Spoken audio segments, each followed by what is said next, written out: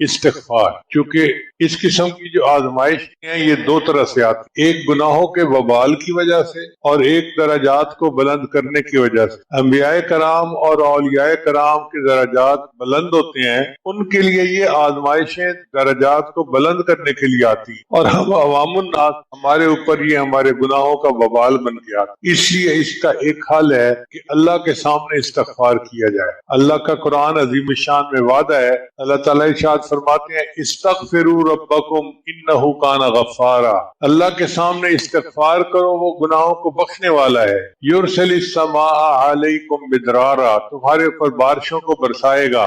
ویمددکم باموال، اور اللہ مال کے ذریعے سے تمہاری مدد کرے گا۔ کتنا واضح الفاظ میں اللہ فرما رہے ہیں کہ اگر تم استغفار کرو گے تو میں تمہارے مال کے ذریعے سے مدد کروں گا، وبنین، اور بیٹے دے کے تمہاری مدد کروں گا، وَيَجْعَلْ لَكُمْ جَنَّاتٍ، اور تمہارے لیے باغ ہوں گے، ان کے پھل بہتر ہو جائیں گے، تمہیں اللہ تعالیٰ باغوں میں زیادہ پھل دیں گے، تمہاری دکانوں کی آمدنی بڑھ جائے گی، وَيَجْعَلْ لَكُمْ أَنْهَارًا، اور اللہ تمہیں پانی کے زمین سے چشمے جاری عطا کرے گی۔ یہ سب نعمتیں استغفار سے ملتی ہیں، لہٰذا نمبر پہ ہمیں چاہیے کہ ہم کثرت سے استغفار کریں، اور یہ استغفار برائے نام نہیں ہونا چاہیے، دل سے اپنے گناہوں پہ شرمندہ ہو اور استغفار کر رہے ہوں۔ رابعہ بصریہ فرماتی تھی استغفارنا یحتاج الی استغفار، کہ ہمارا استغفار اس قابل ہے کہ اس کے اوپر استغفار کیا جائے، کہ یا اللہ اتنی غفلت کے ساتھ ہم بات کر رہے ہیں، تو دل کی ندامت کے ساتھ اگر ہم گناہوں پہ استغفار کریں گے تو اللہ کے دروازے کھول دیں گے، کیونکہ اللہ رب العزت کا قرآن عظیم الشان میں یہ وعدہ ہے۔ ایک پہلا عمل ہے استغفر اللہ پڑھنا۔ جب ہم استغفر اللہ پڑھتے ہیں تو اس کا مطلب یہ ہوتا ہے کہ اے اللہ، میں اپنے گناہوں پہ نادم اور شرمندہ ہوں، آپ میرے ان گناہوں کو معاف فرما دیجیے۔ چنانچہ اس استغفار کی ایک بہت بڑی فضیلت یہ ہے کہ استغفار کرنے والے بندے پر اللہ کا عذاب نہیں آتا۔ توجہ فرمائیں کہ استغفار کثرت سے کرنے والے بندے پر اللہ تعالیٰ کا عذاب نہیں آتا۔ کیا مطلب؟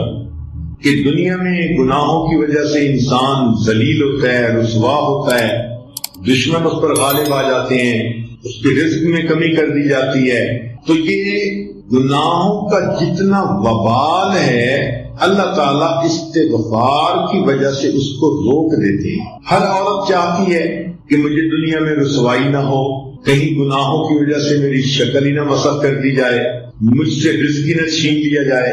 تو اگر یہ تمنا دل میں ہے تو پھر اس کے لیے آپ کثرت کے ساتھ استغفار کریں۔ سنیے قرآن عظیم الشان، اللہ تعالیٰ فرماتے ہیں ما کان اللہ لیعذبہم وانت فیہم، اے میرے محبوب جب تک آپ ان لوگوں کے درمیان ہیں اللہ ان لوگوں کو عذاب نہیں دے گا۔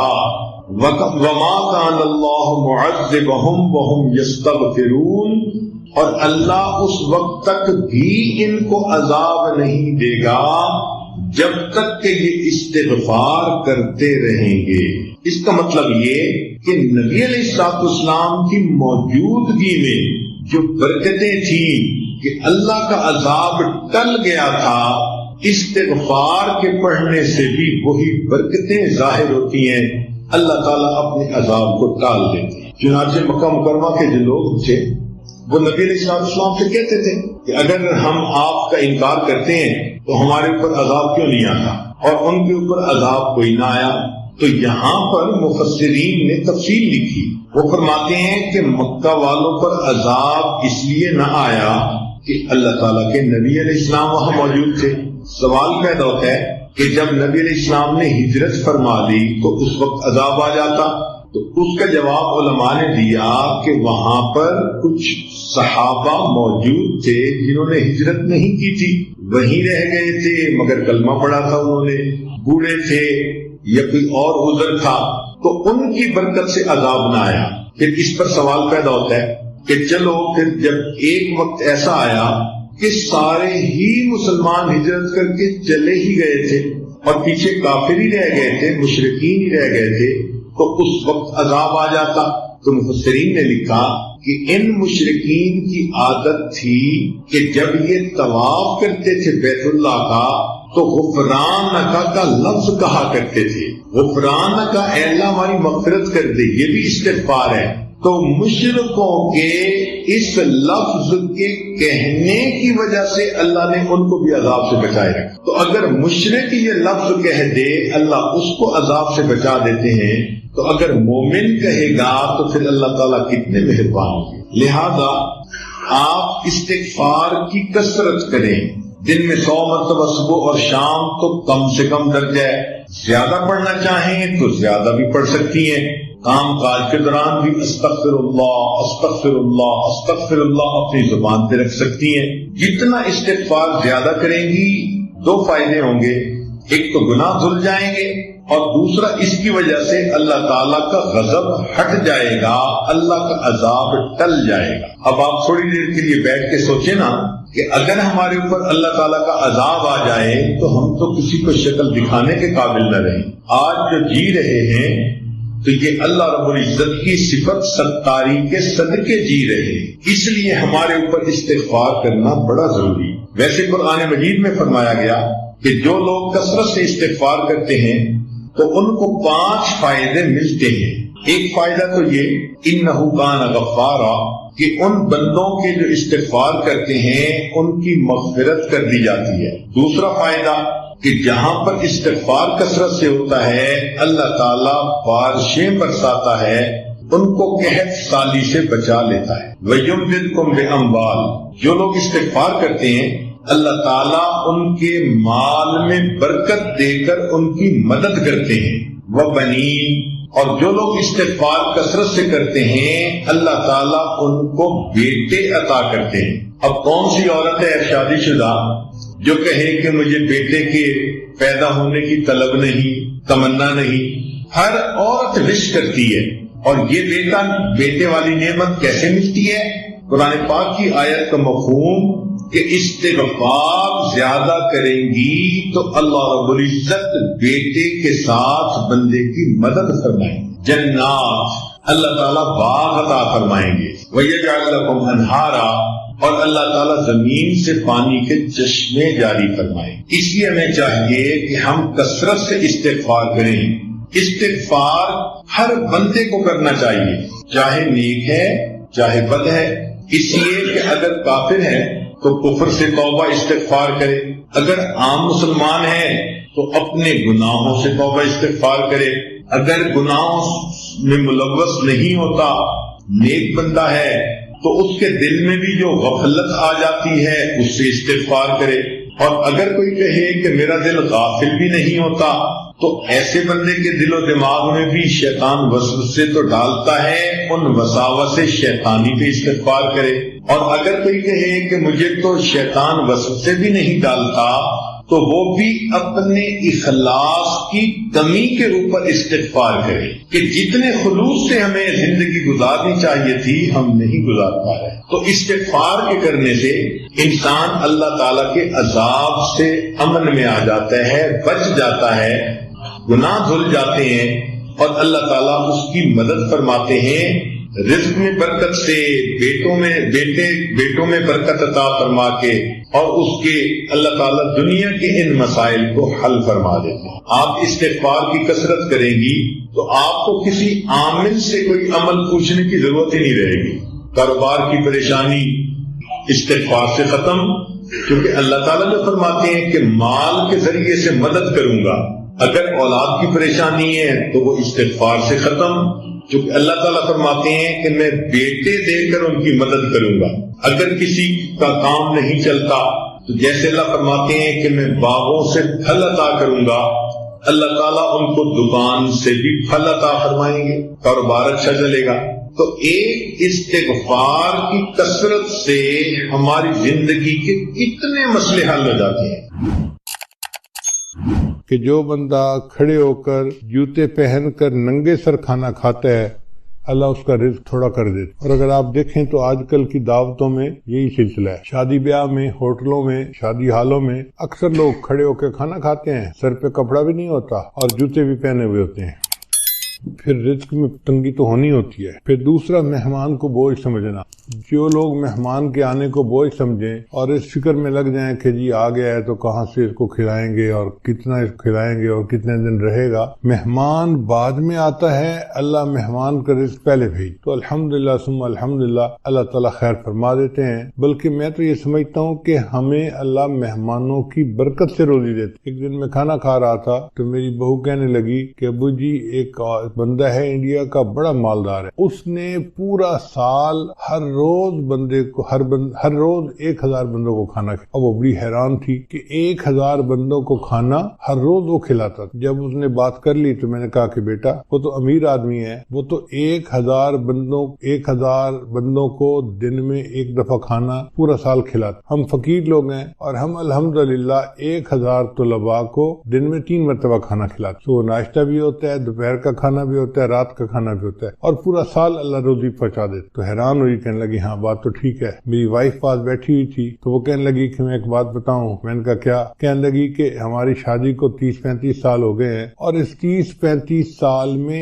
ایک دن بھی ایسا نہیں گزرا کہ ہمارے گھر میں مہمان کا کھانا نہ بنے۔ میں نے اللہ کا شکر ادا کیا کہ یا اللہ تیرا کرم اور تیرا احسان ہے کہ الحمدللہ 35 سال میں ہر روز مہمان کا کھانا گھر میں بن رہا ہے، ایک دن بھی ایسا نہیں کہ مہمان گھر میں۔ تو میں تو یہ سمجھتا ہوں کہ اللہ ہمیں رزق جو دیتے ہیں وہ مہمانوں کی وجہ سے دیتے، تو مہمان نوازی سے کبھی پریشان نہیں ہونا چاہیے۔ پھر تیسرا سبب ہے بغیر بسم اللہ پڑھے کھانا کھا لینا، ہاتھ دھوئے بغیر کھانا کھا لینا۔ یہ بھی بیماری عام ہے، دسترخوان لگے ہوتے ہیں، نہ ہاتھ دھوئے جاتے ہیں، نہ بسم اللہ پڑھی جاتی ہے، نہ کھانے کی دعا پڑھی جاتی ہے، جس وجہ سے پھر تنگ دستی آ جاتی ہے اور اس کے دروازے بند ہو جاتے۔ پھر کھانے کے برتن کو صاف نہ کرنا، یہ بیماری بھی عام ہے۔ ہم لوگ کھانا کھاتے ہیں اور کچھ تھوڑا سا کھانا آخر پہ بچا دیتے، حالانکہ اسی کھانے میں برکت ہوتی ہے۔ سنت یہ ہے کہ اگر 3 لقمے کھانا موجود ہے تو اس کو تو چھوڑ دیں تو کوئی اور کھا لے گا، چلو بھائی۔ اگر اتنا کھا لیا کہ 3 لقمے رہ گئے، اس کو خالی نہ چھوڑیں، اب اس کو پلیٹ کو اچھی طرح صاف کر دیں تاکہ اللہ کی نعمت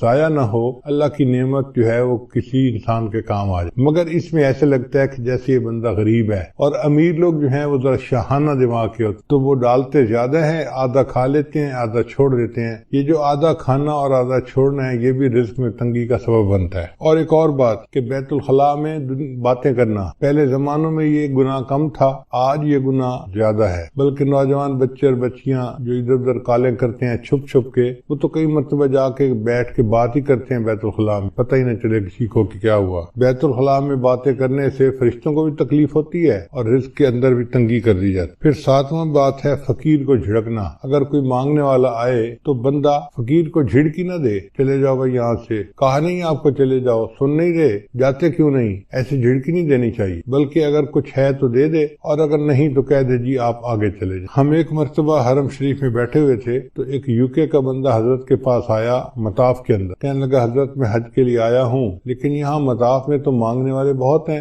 ہر تھوڑی دیر کے بعد کوئی فقیر آ جاتا ہے مانگنے والا، اب سمجھ نہیں آتی کہ ہم کس کو دیں اور کس کو نہ دیں۔ اگر ہم ہر کسی کو دے دیں تو ان کی تو عادت بگڑ جائے گی، تو دل چاہتا ہے کہ ان کو نہ دیں، اور اگر ہم نہ دیں تو پھر کون دے گا، تو دل چاہتا ہے دے بھی صحیح، تو اب فیصلہ کرنا مشکل ہوتا ہے۔ اب بتائیں کہ ہم کس کو دیں، ہمیں کیسے پتہ چلے کہ کون مستحق ہے اور کون مستحق نہیں ہے؟ حضرت نے اس کی ساری بات کو سنا اور پھر فرمایا کہ اچھا یہ بتاؤ کہ اللہ نے جو تمہیں دیا ہے تم اس کے مستحق ہو؟ اس نے کہا نہیں۔ تو حضرت نے فرمایا جب تم اس کے مستحق نہیں اور اللہ نے پھر بھی تمہیں دے دیا ہے، تم بھی اللہ کے خلق کو اپناؤ، دے دو، مستحق ہے یا نہیں یہ تمہارا مسئلہ نہیں، یہ اللہ کا مسئلہ۔ تو بندہ چپ تو ہو گیا، مگر اس کے دل میں سوال تو بہرحال تھا، تو حضرت نے بھانپ لیا کہ اس کے دل میں سوال ابھی باقی ہے، تو پھر حضرت نے اس کو بات پیار سے سمجھائی۔ حضرت نے فرمایا کہ دیکھو وہ بندہ تمہارے پاس مانگنے آیا ہے، مان لیا کہ وہ صاحب حیثیت ہے اور عادتاً مانگ رہا ہے، تم اسے اس لیے دے دو کہ اللہ کا شکر ادا کرو کہ اللہ تو نے مجھے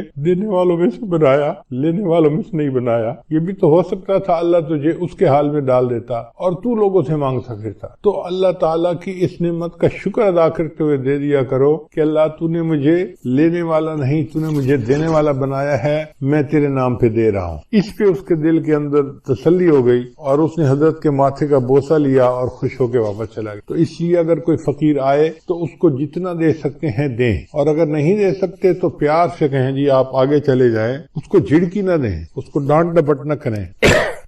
پھر مغرب کی نماز کے بعد بلا عذر جو بندہ سو جاتا ہے اس سے بھی رزق کے اندر برکت کم کر دی جاتی ہے۔ اگر کوئی بیمار ہے یا کوئی عذر ہے تو اس میں تو شریعت اجازت دیتی ہے، لیکن عادت بنا لینا اس کو شریعت نے منع کیا ہے۔ مغرب کے بعد بلا عذر نہیں سونا چاہیے۔ پھر جو بندہ نماز قضا کر دیتا ہے اللہ تعالیٰ اس کے رزق کو تنگ کر دیتے ہیں۔ عورتیں بالخصوص، نیک عورتیں بھی نمازیں قضا کر بیٹھ، پتہ ہے کیوں؟ سوچتی رہتی ہیں مہمان آئے ہیں، میں ان کو پہلے چائے بنا کے دے دوں پھر نماز پڑھ لیتی۔ اب وہ چائے بنا کے دینے میں اتنا کام لمبا ہو جاتا ہے کہ نماز کا ٹائم نکل جاتا ہے، ان کو یاد ہی نہیں ہوتا۔ یاد اس وقت آتا ہے جب اگلی نماز کا وقت شروع ہو چکا۔ یا یہ سوچتی رہتی ہیں کہ میں بچے کو نہلا لوں، بچے کو کھانا کھلا لوں، بچے کو فتح کر لوں، بچے کو نہلا لوں اور پھر نماز پڑھوں گی۔ یہ جو پھر کا مسئلہ ہے نا، نماز قضا کرنے کی بنیاد یہی ہے، نماز کو کبھی پھر پہ نہیں رکھنا چاہیے۔ ابھی پہلے نماز پڑھیں، بعد میں جو کرنا ہے کریں۔ اس لیے جب نماز کا وقت ہو جائے تو نماز پڑھیں اور اس کے بعد جو کرنا ہے کریں۔ نماز کو کبھی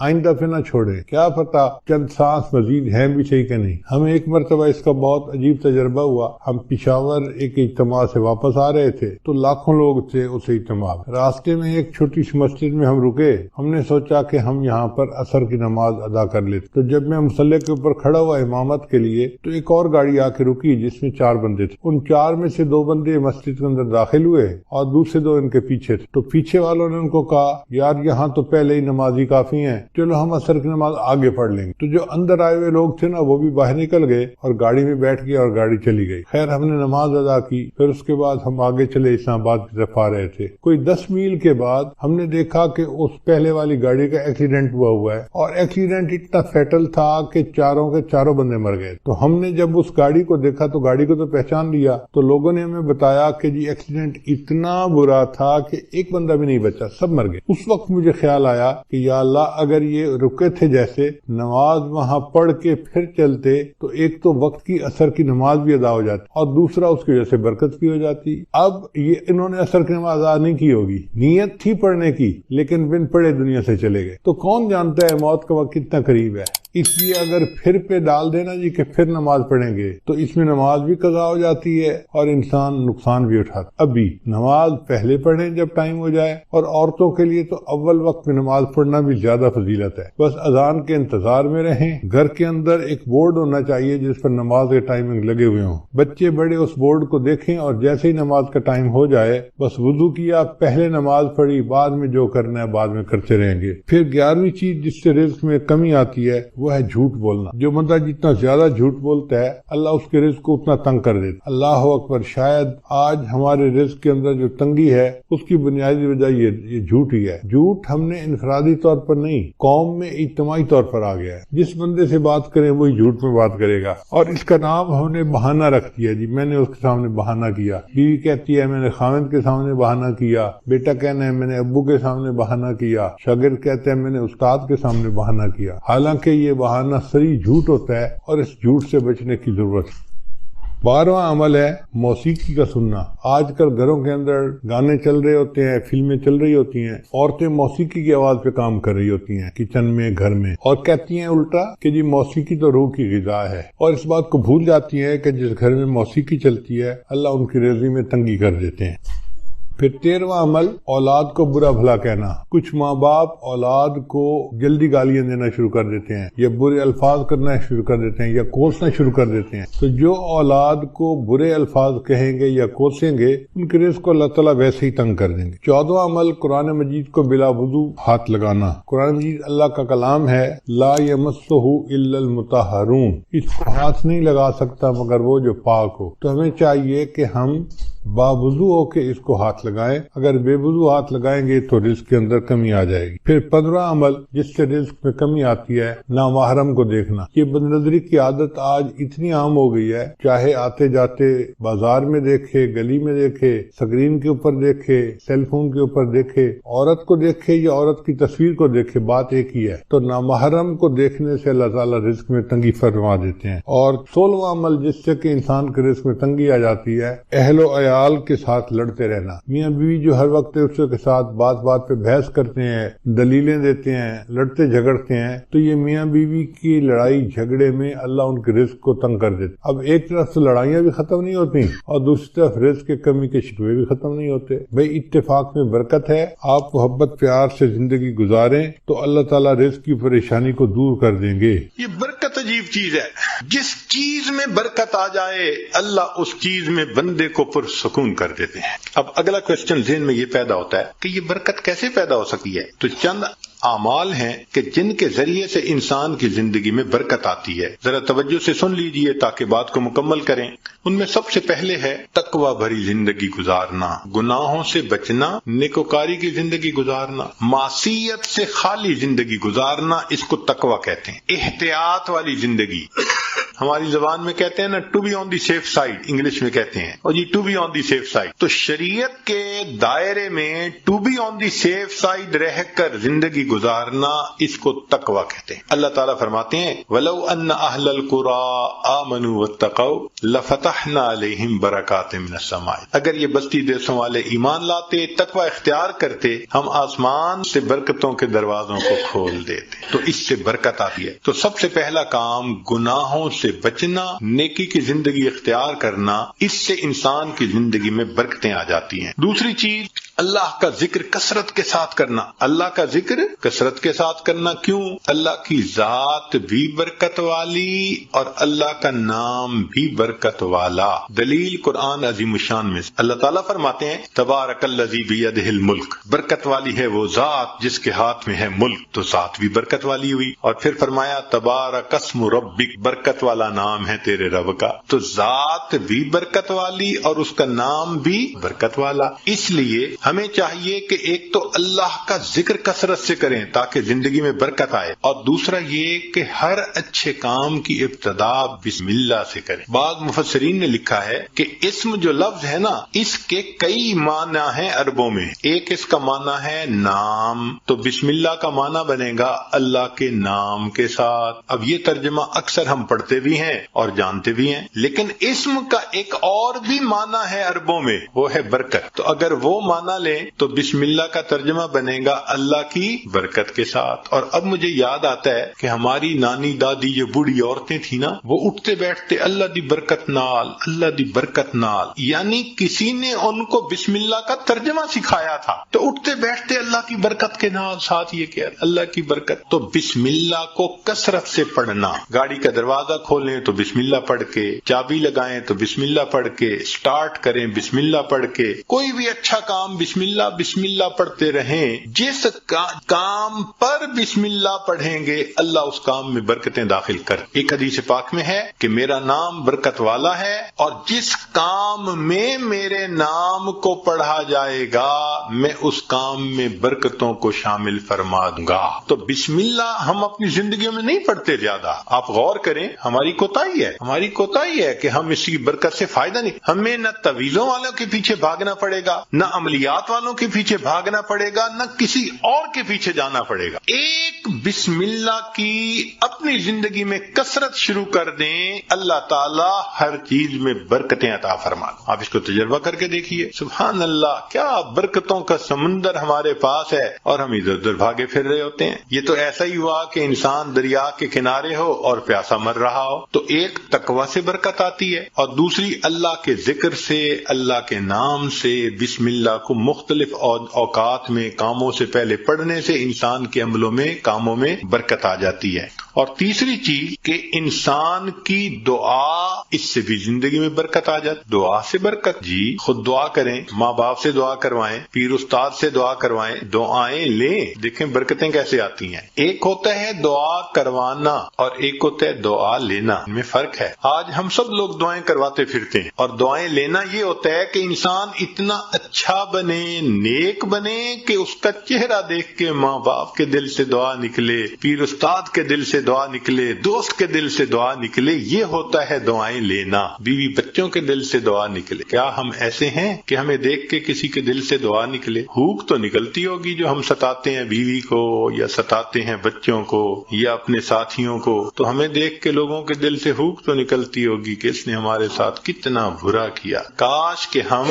دعائیں لینے والے بنتے۔ دعا سے برکت، ذرا سنیے، ابو ہریرہ رضی اللہ عنہ نبی علیہ السلام کی خدمت میں حاضر ہوئے، اے اللہ کے حبیب صلی اللہ علیہ وسلم میں باتیں آپ کی سنتا ہوں بھول جاتا ہوں، تو نبی علیہ السلام نے دعا دی، ایسی دعا ملی کہ فرماتے ہیں اس کے بعد میں بات سنتا تھا مجھے بات بھولتی ہی نہیں تھی۔ انس رضی اللہ عنہ نے نبی علیہ السلام کی خدمت کی 10 سال، نبی علیہ السلام نے ایک مرتبہ دعا دے دی، اے اللہ اس کے رزق میں، عمر میں، اولاد میں برکت عطا فرما۔ فرماتے ہیں اللہ نے میرے رزق میں اتنی برکت دی کہ لوگوں کے پھلوں کا باغ تھا تو سال میں 1 مرتبہ پھل دیتا تھا، اور میرا پھلوں کا باغ سال میں 2 مرتبہ پھل دیتا تھا۔ اور فرماتے ہیں کہ اتنی میری آمدنی تھی کہ میں لکڑی کاٹنے والے کلہاڑے سے سونے کی ڈلیوں کو توڑا کرتا تھا۔ ذرا غور کیجئے، لکڑی کاٹنے والے کلہاڑے سے سونے کی ڈلی کو توڑا، تو وہ ڈلی کتنی ہوتی ہوگی؟ تولوں میں تو نہیں نہ ہوگی، تو کلوز میں ہی لگتا ہوگی کہ جو لکڑی کاٹنے والے کلہاڑے سے توڑتے تھے۔ اتنا سونا اللہ نے دیا، مال اتنا دیا، برکت اللہ نے۔ فرماتے ہیں کہ اولاد میں اللہ نے اتنی برکت دی کہ 100 سے زیادہ پوتے پوتیاں نواسے نواسیاں میں نے اپنی آنکھوں سے دیکھے، 100 سے زیادہ۔ اللہ اکبر کبھی، اللہ نے برکت دے دی۔ ایسی برکت تھی ان کے رزق میں کہ ایک صحابی ان کے گھر آئے، میں یہ بات سنا کے ذرا آگے بات پڑھاتا ہوں۔ ایک صحابی ان کے گھر آئے، کھانا کھایا تو انس رضی اللہ عنہ نے اپنی باندی سے کہا کہ بھئی تولیہ لاؤ، ہاتھ ان کے دھلائے ہیں تو وہ پوچھ لیں۔ وہ تولیہ لائی تو تولیہ میلا تھا۔ انس رضی اللہ عنہ نے ڈانٹا، دیکھ نہیں رہی تم اتنا میلا تولیہ لے کے آئی؟ وہ کہنے لگی بس تھوڑی دیر، جیسے ہم کہتے ہیں نا ویٹ اے منٹ، اس نے بھی کہا جی ویٹ اے منٹ میں آتی ہوں، اور وہ سیدھا گئی اور آگ جل رہی تھی، اس نے جا کے تولیہ اندر ڈال دیا۔ اب مہمان حیران ہے، تولیہ آگ میں ڈال دیا۔ تھوڑی دیر کے بعد اس نے تولیہ نکال دیا، صاف شفاف تولیہ، اور وہ لے کے آئی اور کہ پلیز ہاتھ آپ اپنے جو ہے نا اس سے صاف کر لیں۔ وہ کہتے ہیں گرم گرم تولیے، صاف ستھرا، میں نے اس سے ہاتھ تو خشک کر لیے۔ میں نے انس رضی اللہ عنہ کی طرف دیکھا تو پوچھا یہ کیا معاملہ ہے؟ تو انس رضی اللہ عنہ مسکرائے، کہنے لگے اصل میں میرے پاس ایک مرتبہ اللہ کے حبیب صلی اللہ علیہ وسلم تشریف لائے تھے، میں نے آپ کو کھانا کھلایا تھا اور ان کو ہاتھ خشک کرنے کے لیے تولیہ دیا تھا، جب سے اس تولیے کو میرے آقا صلی اللہ علیہ وسلم نے چھوا ہے آگ اس کو اب جلانے سے باز آ گئی۔ یہ میلا ہو جاتا ہے، ہم تنور میں ڈالتے ہیں، آگ میل کچیل کھا لیتی ہے، صاف تولیہ ہم باہر نکالتے ہیں۔ تو بھائی انہوں نے خدمت کی، اللہ کے حبیب صلی اللہ علیہ وسلم نے دعا دی۔ آپ بھی ماں باپ کی خدمت کر کے دعائیں لیں، بیوی بچوں کے ساتھ اچھا سلوک کریں، دعائیں لیں، دوست احباب سے دعائیں لیں، تو دعائیں لیں پھر دیکھیں برکتیں کیسی آتی ہیں۔ تو دعا سے بھی انسان کی زندگی میں برکت آتی۔ چنانچہ حضرت اختر تھانوی رحمۃ اللہ علیہ نے لکھا ہے کہ ایک ماں باپ تھے، ان کے 3 بیٹے تھے، تو جب جائیداد تقسیم ہونے کا وقت آیا تو ایک بھائی جو سب سے چھوٹا تھا نا، وہ کہنے لگا کہ بھائی تم دونوں ساری زمین پیسہ لے لو، والدین کی خدمت مجھے دے دو۔ وہ بڑے خوش ہو گئے کہ چلو بھائی ساری جائیداد ہم مل گئی اور یہ کرے خدمت۔ اس نے خدمت کی۔ اب اس کے والد اس کو ایک نصیحت کیا کرتے تھے کہ بیٹا بس جس چیز میں برکت نہ ہو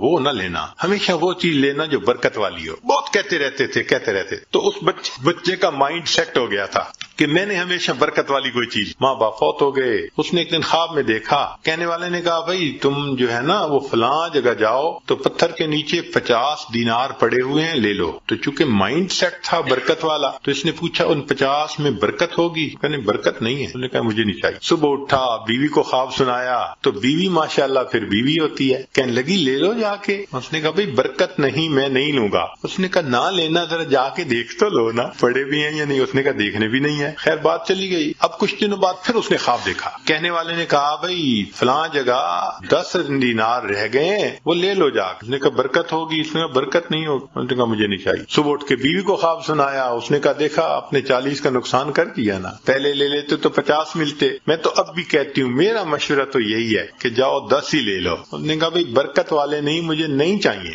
10 بھی گئے۔ پھر کافی دنوں کے بعد خواب آیا، کسی نے کہا بھئی 1 دینار رہ گیا ہے، جاؤ اور فلاں جگہ سے لے لو. اس نے کہا برکت والا ہوگا؟ اس نے کہا ہاں برکت والا. وہ صبح اٹھا، بیوی کو سنایا اور جا کے برکت والا دینار لے لیا. جب گھر لا رہا تھا تو اس کے دل میں خیال آیا ابھی بڑا عرصہ گزرا، کبھی کوئی اچھی ڈش نہیں بنی اور مزے کا کھانا نہیں کھایا، آج اللہ نے یہ 1 دینار دے دیا ہے تو چلو کچھ لے جاؤں. تو وہ گیا، مچھلی بک رہی تھی بڑی ساری، اس نے لے لی. مچھلی لے کے گھر آیا، بیوی کو کہا کہ دیکھو بھئی وہ دینار مل گیا تھا، میں نے اس میں سے کچھ خرچ کر کے یہ مچھلی لے لی کہ تم آج پکاؤ، کھانا تو اچھا کھائے نا. آج نے کہا بہت اچھا. اب وہ جب مچھلی کو تیار کرنے لگی تو جب کاٹا تو اس کے پیٹ میں ایک ہیرا تھا، ڈائمنڈ تھا. اب اس نے اس کو نکالا تو چمکتا ہوا ڈائمنڈ. کہا میں تو جیولر کے پاس لے کے جاؤں گا.